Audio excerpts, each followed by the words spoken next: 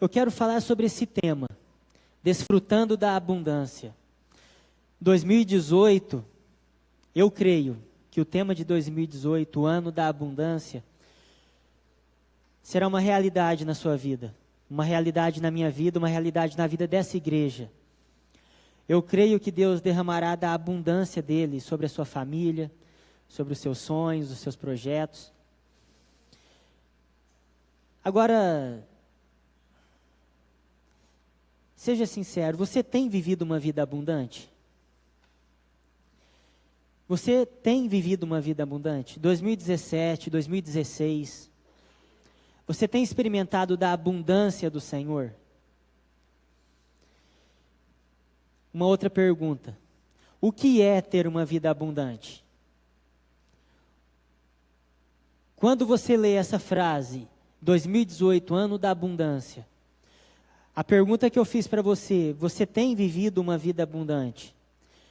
Para você responder essa pergunta, para você me dar a resposta, se você tem ou não vivido de forma abundante, você precisa ter a resposta da outra pergunta: o que é uma vida abundante? Porque se você ter a definição do que é uma vida abundante, aí você consegue responder a primeira pergunta, se você tem ou não vivido de forma abundante. E para a gente responder essa pergunta, para a gente entrar nesse tema, eu escolhi o livro de 2 Reis, porque conta duas histórias. E nós vamos analisar a vida de duas mulheres, e nós vamos chegar aqui a algumas conclusões. Se elas têm ou não experimentado uma vida abundante. A primeira história é a partir do versículo 8, fala de uma mulher sunamita. Certo dia, o profeta Eliseu foi a Sunem, onde uma mulher rica insistiu que ele fosse tomar uma refeição em sua casa, uma mulher rica. Depois disso, sempre que passava por ali, ele parava para uma refeição, de modo que ela disse ao marido: sei que esse homem que sempre vem aqui é um santo homem de Deus. Vamos construir lá em cima um quartinho de tijolos e colocar nele uma cama, uma mesa, uma cadeira e uma lamparina para ele. Assim, sempre que ele nos visitar, ele poderá ocupá-lo. Um dia, quando Eliseu chegou, subiu ao seu quarto e deitou-se. Ele mandou o seu servo Geazi chamar a sunamita. Então ele a chamou, e quando ela veio, Eliseu mandou que Geazi dissesse a ela: você teve todo esse trabalho por nossa causa? O que podemos fazer por você? Como podemos retribuir esse amor? Como podemos retribuir esse carinho? Quer que eu interceda por você junto ao rei? Ou ao comandante do exército? Ela respondeu: estou bem entre a minha própria gente. Mais tarde Eliseu perguntou a Geazi: o que se pode fazer por ela? Eu quero fazer alguma coisa por ela. Essa mulher tem me abençoado. Essa mulher tem nos abençoado. Eu quero dar algo, eu quero retribuir esse carinho. E o assistente respondeu: bem, ela não tem filhos e o seu marido é idoso. Essa é a primeira história. A primeira mulher. Você diria que ela é uma mulher que tem uma vida abundante? Sim ou não? Ela é uma mulher que tem uma vida abundante?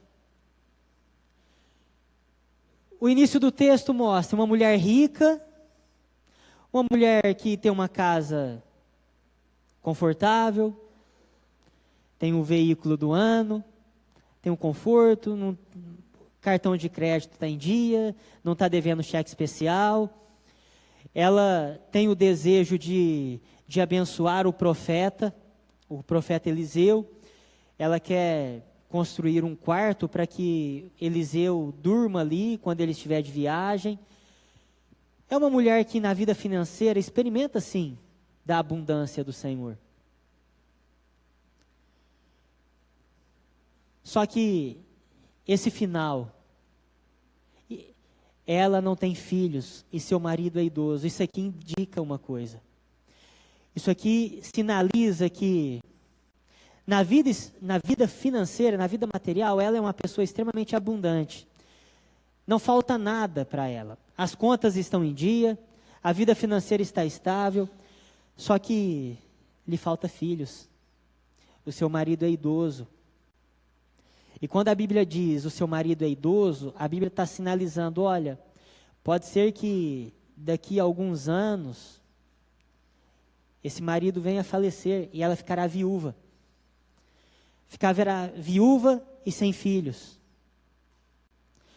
Viúva, sem filhos, essa mulher acordará pela manhã, vai tomar o seu café da manhã sozinha, vai almoçar sozinha, vai entrar para o seu quarto para dormir sozinha, mas ela tem dinheiro.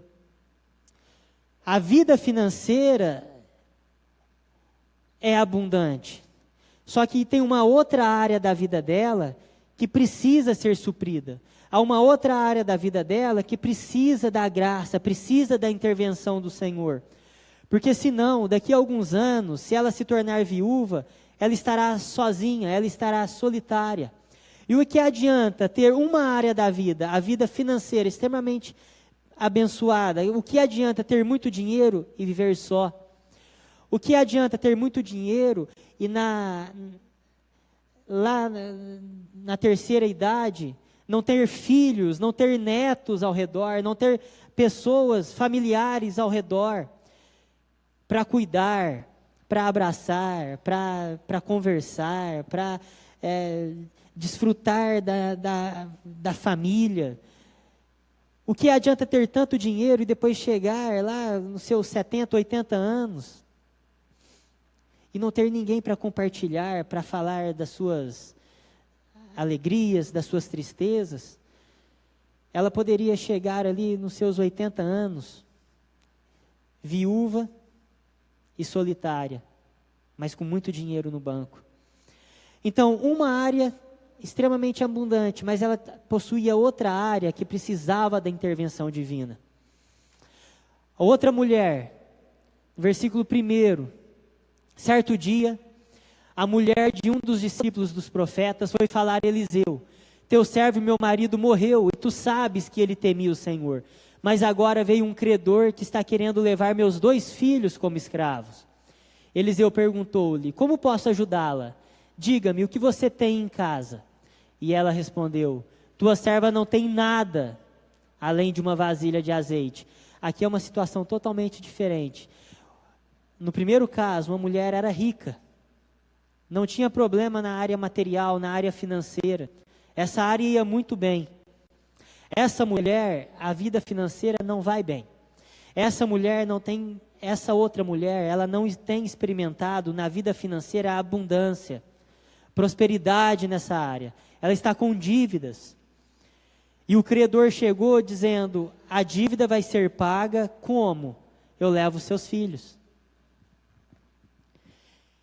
Então disse Eliseu: vá pedir emprestadas vasilhas a todos os vizinhos, mas peça muitas. Depois entre em casa com seus filhos e feche a porta.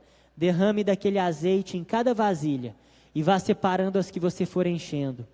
Depois disso, ela foi embora. Fechou-se em casa com seus filhos e começou a encher as vasilhas que eles lhe traziam. Quando todas as vasilhas estavam cheias, ela disse a um dos filhos: traga-me mais uma. Mas ele respondeu: já acabaram. Então o azeite parou de correr. Ela foi e contou tudo ao homem de Deus.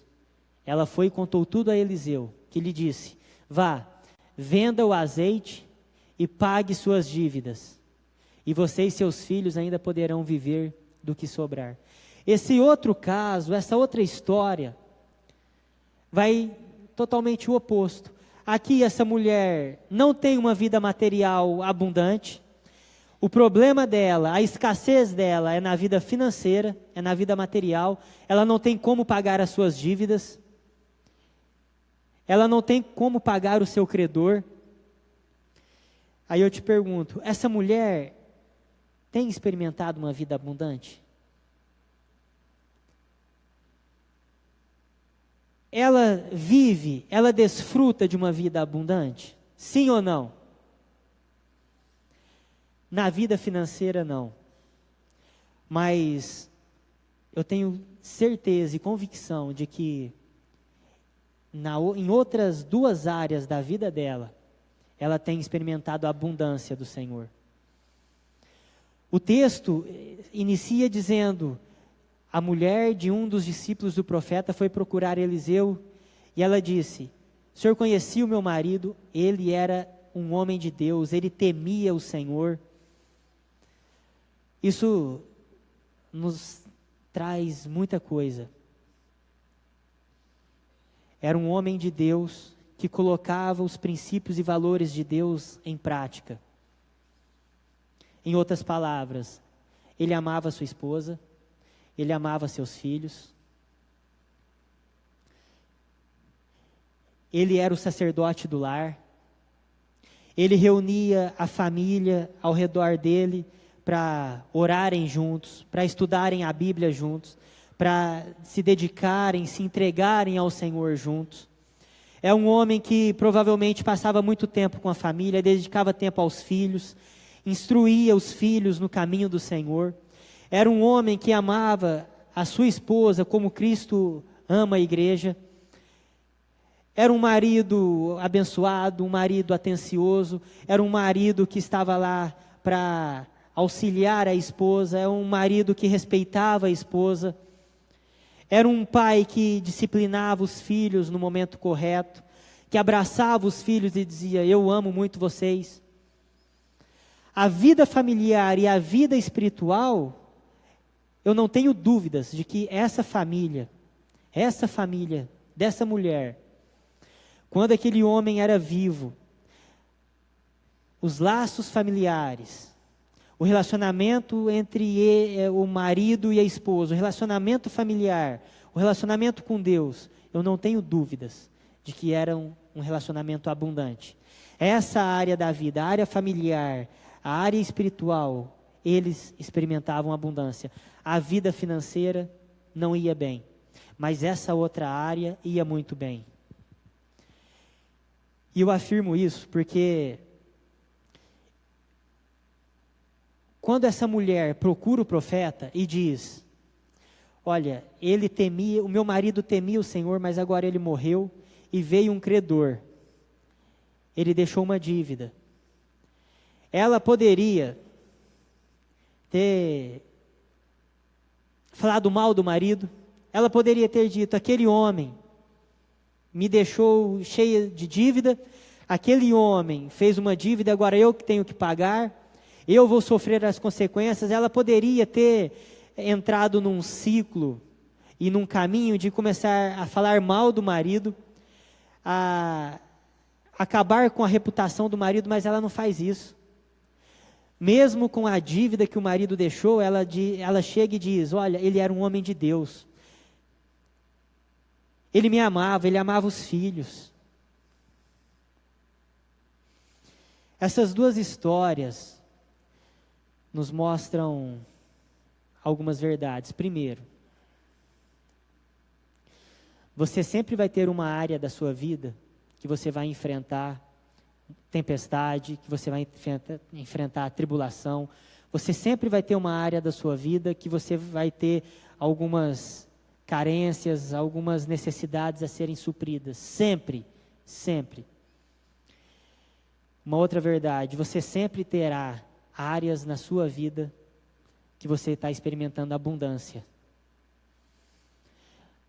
Hoje, as finanças podem não estar indo bem, mas a família está bem.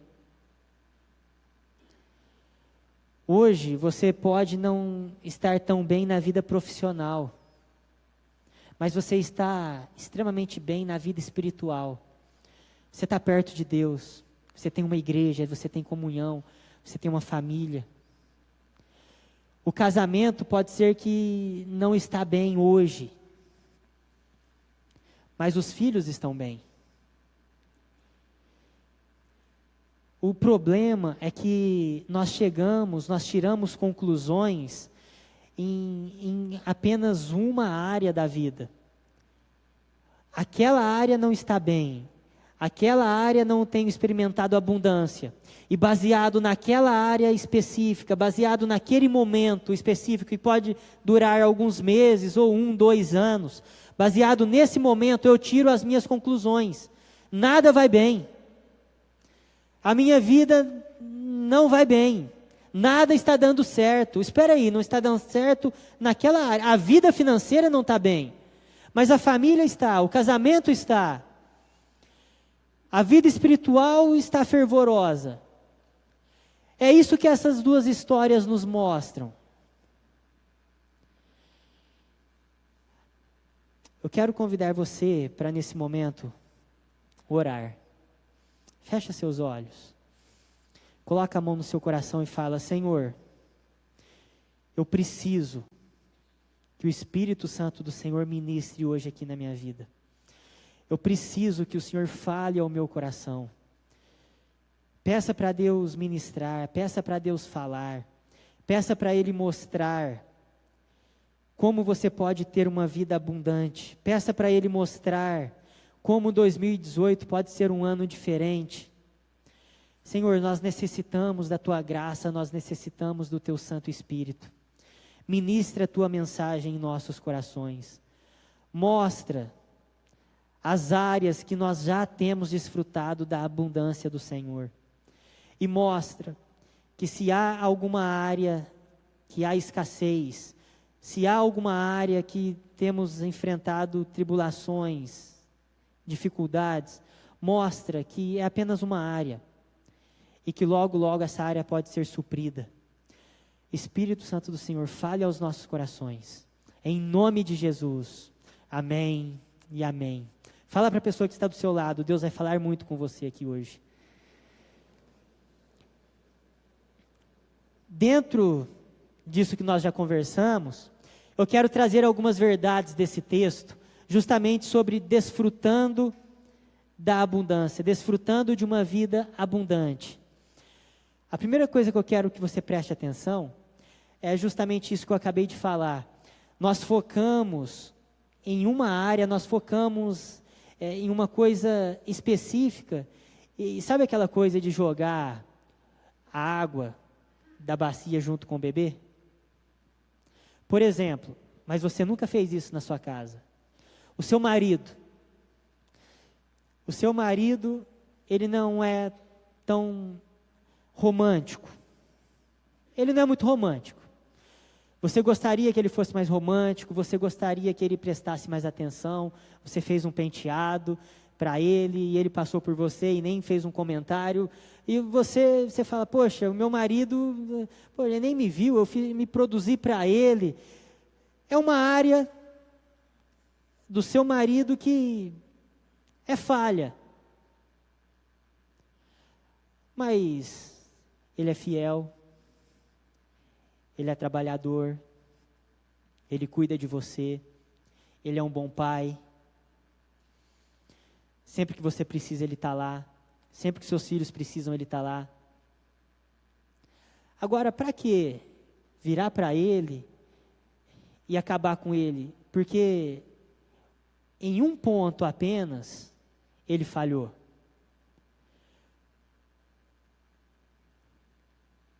Alguém já fez isso aqui em casa? Sabe o que acontece? A gente tira conclusões não avaliando o conjunto maior. A gente tira conclusões não avaliando todo um contexto. E esse é o nosso grande problema. Porque quando a gente faz isso, a gente entra numa rotina de ingratidão. A gente entra numa rotina de revolta. Aí você se revolta contra Deus, você se revolta contra o cônjuge, você se revolta contra o patrão. Você se torna uma pessoa extremamente ingrata, porque você não consegue enxergar nada de bom, porque tudo o que acontece na sua vida é ruim, nada dá certo. Ao invés de você analisar a vida como um todo, você fica focado apenas na tribulação, no problema, e você não consegue dizer muito obrigado, porque você está atento apenas àquela área, e por causa daquela área, de fato, você diz: eu não consigo agradecer. É só problema, é só luta, é só dor. você conhece pessoas que reclamam, você conhece pessoas que vivem murmurando, e você sabe que essas pessoas que entraram nesse estilo de vida, de murmuração, de rancor, pessoas amargas, pessoas que não conseguem dar um sorriso, pessoas que não conseguem dizer obrigado, pessoas extremamente revoltadas com a vida, essa pessoa está assim. E muitas vezes você já disse ou você já pensou, poxa, essa pessoa tem uma vida tão boa, por que ela reclama tanto? Tem tanta coisa dando certo na vida dela, por que ela é tão ingrata? Por que ela reclama tanto? Por que ela murmura tanto? Porque ela está focada apenas naquela área que não tem dado certo. Agora, como sair disso? Como sair disso? O profeta dá a solução. Volta um pouquinho o texto. Mais uma vez. Aê. Eliseu perguntou, como posso ajudá-la? Como posso ajudar a você sair dessa dívida financeira? Como eu posso ajudá-la? O interessante é que o profeta não espera ela responder a primeira pergunta. O profeta já dá a outra pergunta. Como posso ajudá-la? E ele já engatilha uma outra pergunta. Diga-me, o que você tem em casa? Por que o profeta faz isso? Porque o profeta não espera ela responder e já manda outra pergunta. Eu fiquei imaginando daqui, na minha cabeça, algumas respostas. Como eu posso ajudar você a quitar essa dívida? Uma resposta provável. Eliseu, o senhor tem uma amizade com uma mulher extremamente rica. Sabe aquela mulher rica de Sinem? Será que ela não, de Sunem, será que ela não teria um dinheiro para me emprestar e eu quito essa minha dívida?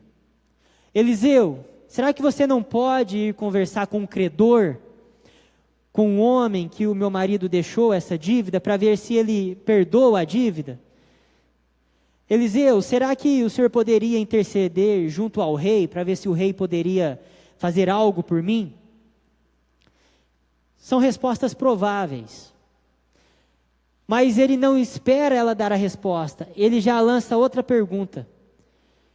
Porque a solução não é você buscar lá na mulher rica, você não vai resolver o seu problema indo lá conversar com o credor, você vai resolver o seu problema com aquilo que você já tem dentro da sua casa.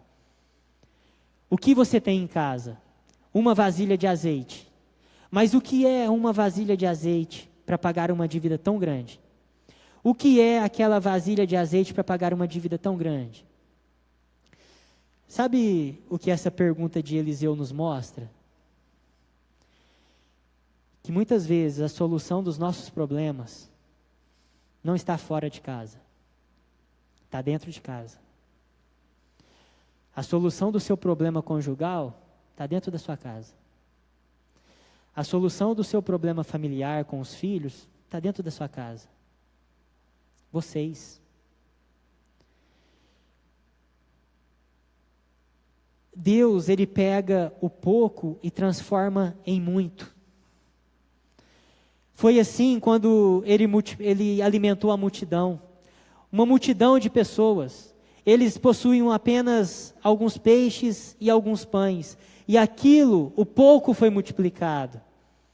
Quando Gideão foi para a batalha, o exército inimigo era enorme, gigantesco. E Gideão tinha poucos homens com ele. O que Deus diz? Olha, você vai derrotar aquele exército enorme com esses poucos homens que você tem. Davi,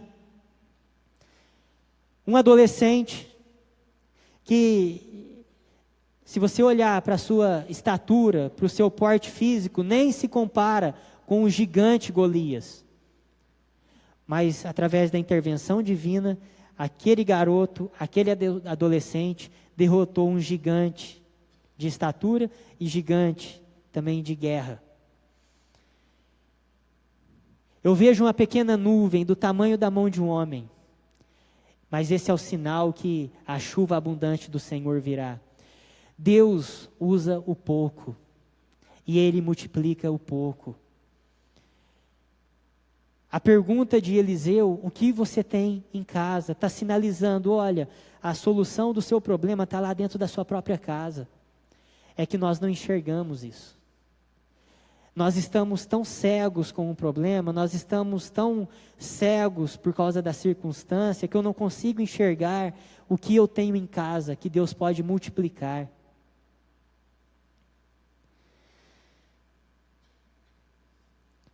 A mesma pergunta que o profeta fez, eu faço para você. O que você tem em casa que pode ser multiplicado e abençoar a sua família? Talvez você diz, olha, ainda tem um pouquinho de amor, ainda tem um pouquinho de esperança, olha, ainda tem um pouquinho de paciência. Deus pode derramar azeite, Deus pode derramar a sua graça, Deus pode ir derramando. E o interessante é que a família experimentou tudo isso junto. A mulher, junto com os filhos, entraram na sua casa. O milagre foi experimentado em família. Aquela mulher pegou os 2 filhos, e os filhos vinham trazendo as vasilhas, e a mulher ia enchendo as vasilhas. Eles experimentaram o milagre junto, eles experimentaram a multiplicação juntos. Juntos somos melhores. Como anda a união dentro da sua casa? Diante das crises, diante dos problemas, como a família se une? Como a família se une em volta do problema para solucionar o problema? Como você se une à sua esposa? Como você apoia o seu marido diante dos problemas que ele tem no trabalho? Vocês têm experimentado uma crise financeira, um problema financeiro. Como vocês têm se unido para superar esse problema? Vocês têm se unido e vocês têm buscado juntos a misericórdia, a graça do Senhor para superarem isso juntos? Ou essa área de escassez está tentando roubar a alegria de outras áreas? Presta atenção.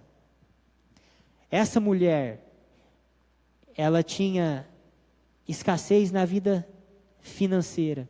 Só que era uma mulher que, junto com os filhos, e na época que o marido estava vivo, a vida familiar era muito abençoada. A vida familiar era uma vida abundante. Havia alegria, havia paz na família, havia amor, havia perdão, havia respeito, havia todas essas qualidades dentro daquela família.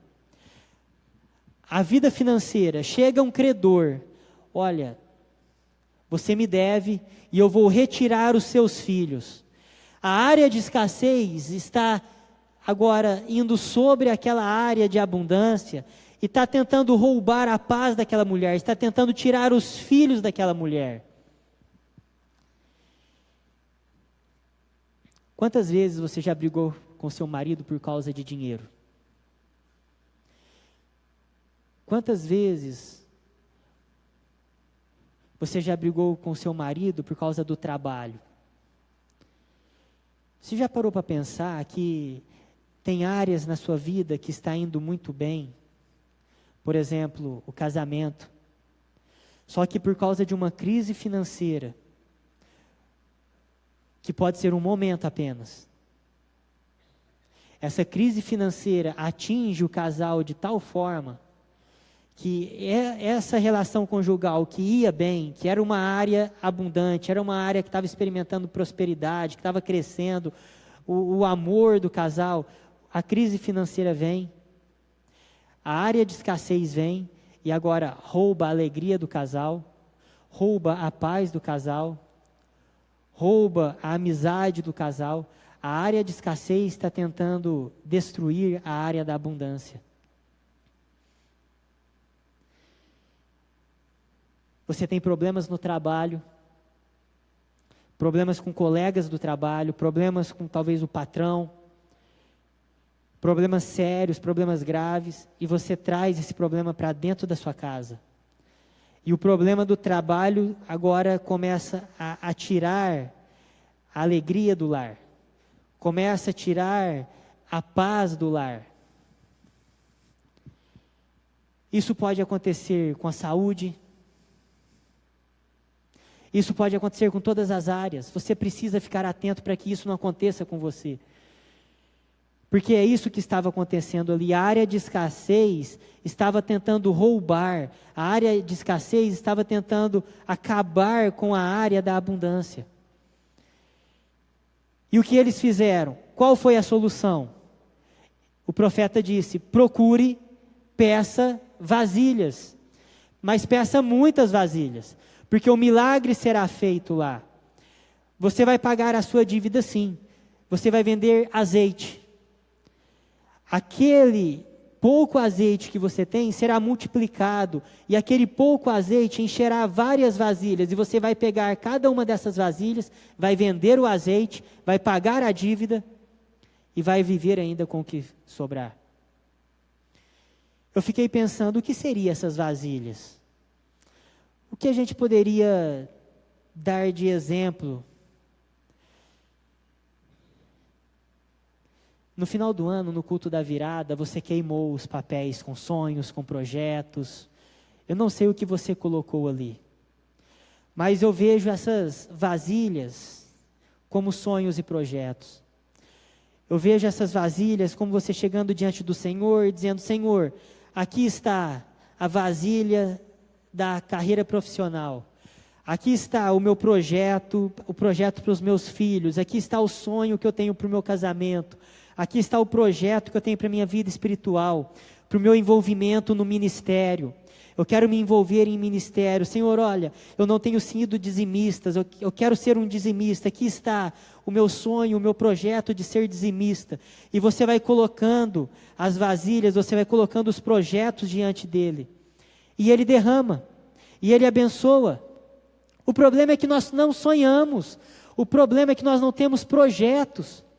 Você não tem um projeto para o seu casamento? Você não tem projeto para a sua carreira profissional? Você não tem projeto para os seus filhos? Você não tem projeto para você e para a sua esposa? Você não tem sonhos, você não tem projetos, você não coloca nada diante do Senhor. Você simplesmente deixa a coisa ir acontecendo, e entra ano e sai ano, a sua vida continua a mesma.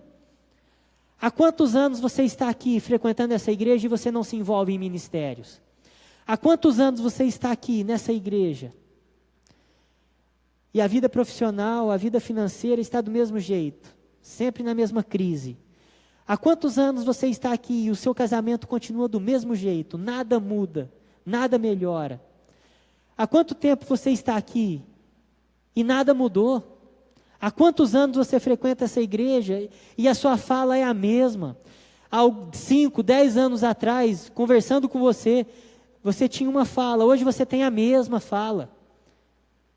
Nada mudou, nada aconteceu, nada prosperou.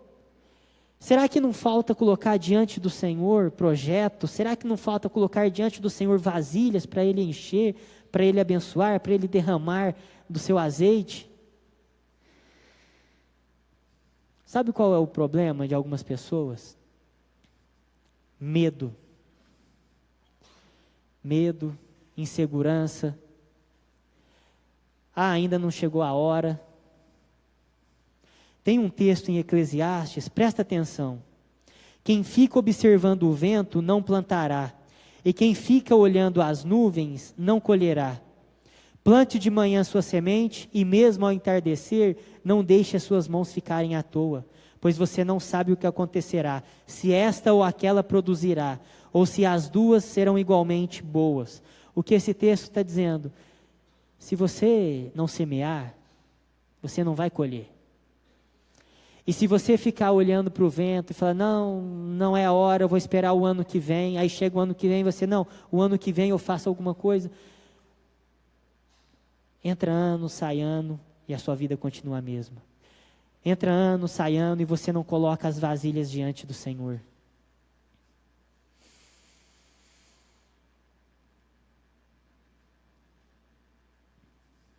Que tal o ano de 2018 ser realmente o ano da abundância?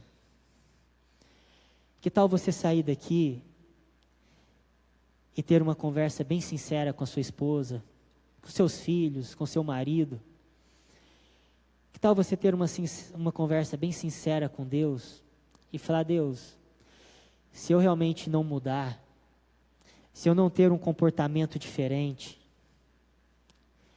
a minha vida não vai mudar. E eu vou falar uma coisa: Deus está interessado em te abençoar. Deus está interessado em encher as vasilhas. Deus está interessado em derramar a bênção. Deus está interessado em derramar a abundância.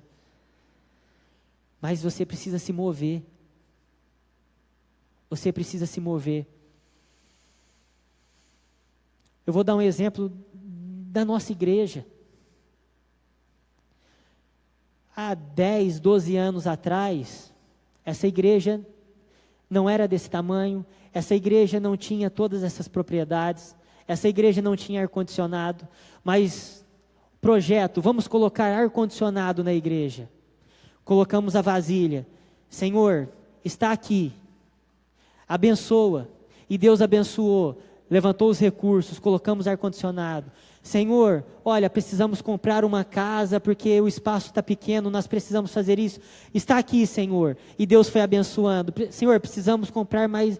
E foi abençoando. Fomos colocando as vasilhas e Deus foi enchendo e Deus foi abençoando. É assim que acontece. E olha só a bênção que nós temos hoje, essa igreja. E no final do ano passado nós colocamos mais uma vasilha. Senhor, queremos comprar essa casa, porque precisamos de uma área maior para os projetos que nós temos, para os sonhos que nós temos. A igreja está crescendo. Senhor, está aqui. E Deus tem abençoado, e Deus tem derramado o azeite, e agora nós vamos pagando, e a cada mês Ele vai derramando do azeite, Ele vai mandando recursos. É assim que funciona. Agora, o que você tem colocado? Você quer crescer na carreira profissional? Faz um curso, se matricula, dá um passo de fé, faz uma pós-graduação, sei lá, faz alguma coisa, mas age e coloca: Senhor, está aqui, eu quero fazer. E Ele vai abençoar, Ele vai mandar os recursos. Senhor, eu quero ter mais tempo de qualidade com a minha família, com a minha esposa, eu quero passear mais com a minha esposa. Faz tanto tempo que eu não faço nada diferente com a minha esposa, não saio para tirar umas férias. Senhor, esse ano, eu vou lá na CVC e a gente vai fazer um passeio. Coloca diante dele, porque aí você diz: Senhor, nós precisamos desse tempo para descansar um pouco a mente, nós precisamos desse tempo, nós precisamos passar um tempo juntos. Mas vai fazendo, coloca as vasilhas diante dele, fala: Deus, enche as vasilhas, supre, abençoa, derrama o azeite, derrama o óleo. Mas ano após ano, você sempre fica reclamando das mesmas coisas, mas você não coloca nada diante de Deus. Faça. E Ele abençoa, e Ele derrama, e Ele enche. Tenha projetos, coloque os projetos diante dEle.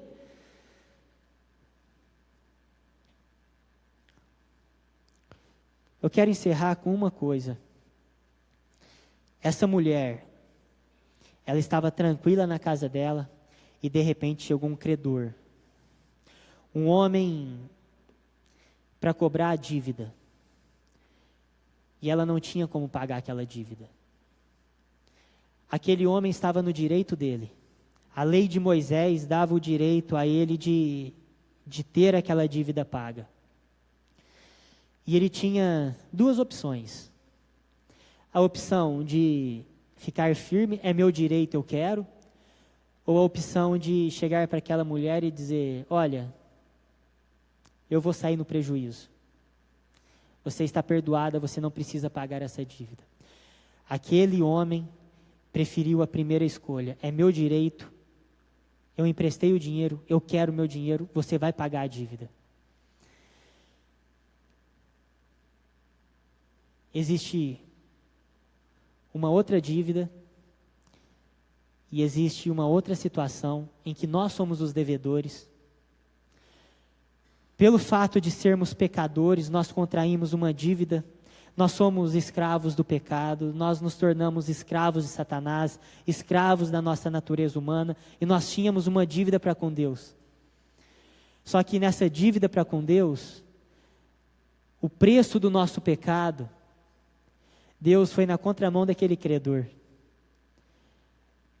Deus foi na contramão, sabe por quê? Deus falou assim: eu vou sair no prejuízo, o ônus vai ficar comigo. Você não vai pagar pelo seu pecado, mas eu vou me tornar homem. Eu vou vir até a terra, vou viver de forma santa, de forma perfeita, vou cumprir todos os princípios da lei, vou cumprir toda a lei, vou morrer naquela cruz para pagar a sua dívida. E hoje eu e você estamos aqui com a dívida paga. Eu e você estamos aqui, tínhamos uma dívida com Deus, mas Ele mesmo pagou a dívida. Ele não cobra essa dívida de mim e de você, porque Ele nos ama. E sabe o que isso faz em mim e em você? Faz de mim e de você pessoas livres. Não somos mais escravos do pecado, não somos mais escravos de Satanás, não somos mais escravos da nossa natureza humana, nós somos pessoas livres, pessoas perdoadas, pessoas em que a dívida para com Deus foi quitada. Esse é o caminho, essa é a primeira porta para você ter uma vida abundante. Se 2018 você quer ter uma vida abundante, você precisa entrar por essa porta, chegar diante de Deus e falar: Deus, muito obrigado porque a minha dívida com o Senhor foi paga. Cristo pagou naquela cruz pelos meus pecados, e hoje eu tenho o perdão dos meus pecados, hoje eu sou uma pessoa livre, hoje eu posso falar não para o pecado, hoje eu posso falar não para Satanás, eu sou extremamente livre, livre para ter uma vida abundante, livre para ter uma vida ao teu lado, abençoada, próspera em todas as áreas, livre para ter uma vida abençoada no casamento, livre para ter uma vida abençoada na vida financeira, livre da murmuração, livre da ansiedade, livre de tudo aquilo que tenta minar a paz, minar a alegria, minar a fé.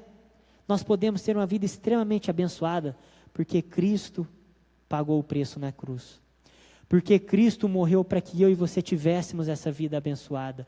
Ele morreu para pagar pelo preço dos nossos pecados. E Ele morreu para que nós tivéssemos a vida plena, a vida abundante.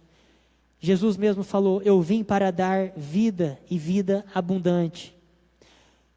O ladrão vem para matar, roubar e destruir, mas eu vim para te dar vida e vida abundante. Se você quer ter uma vida abundante, o primeiro passo é se render a Cristo.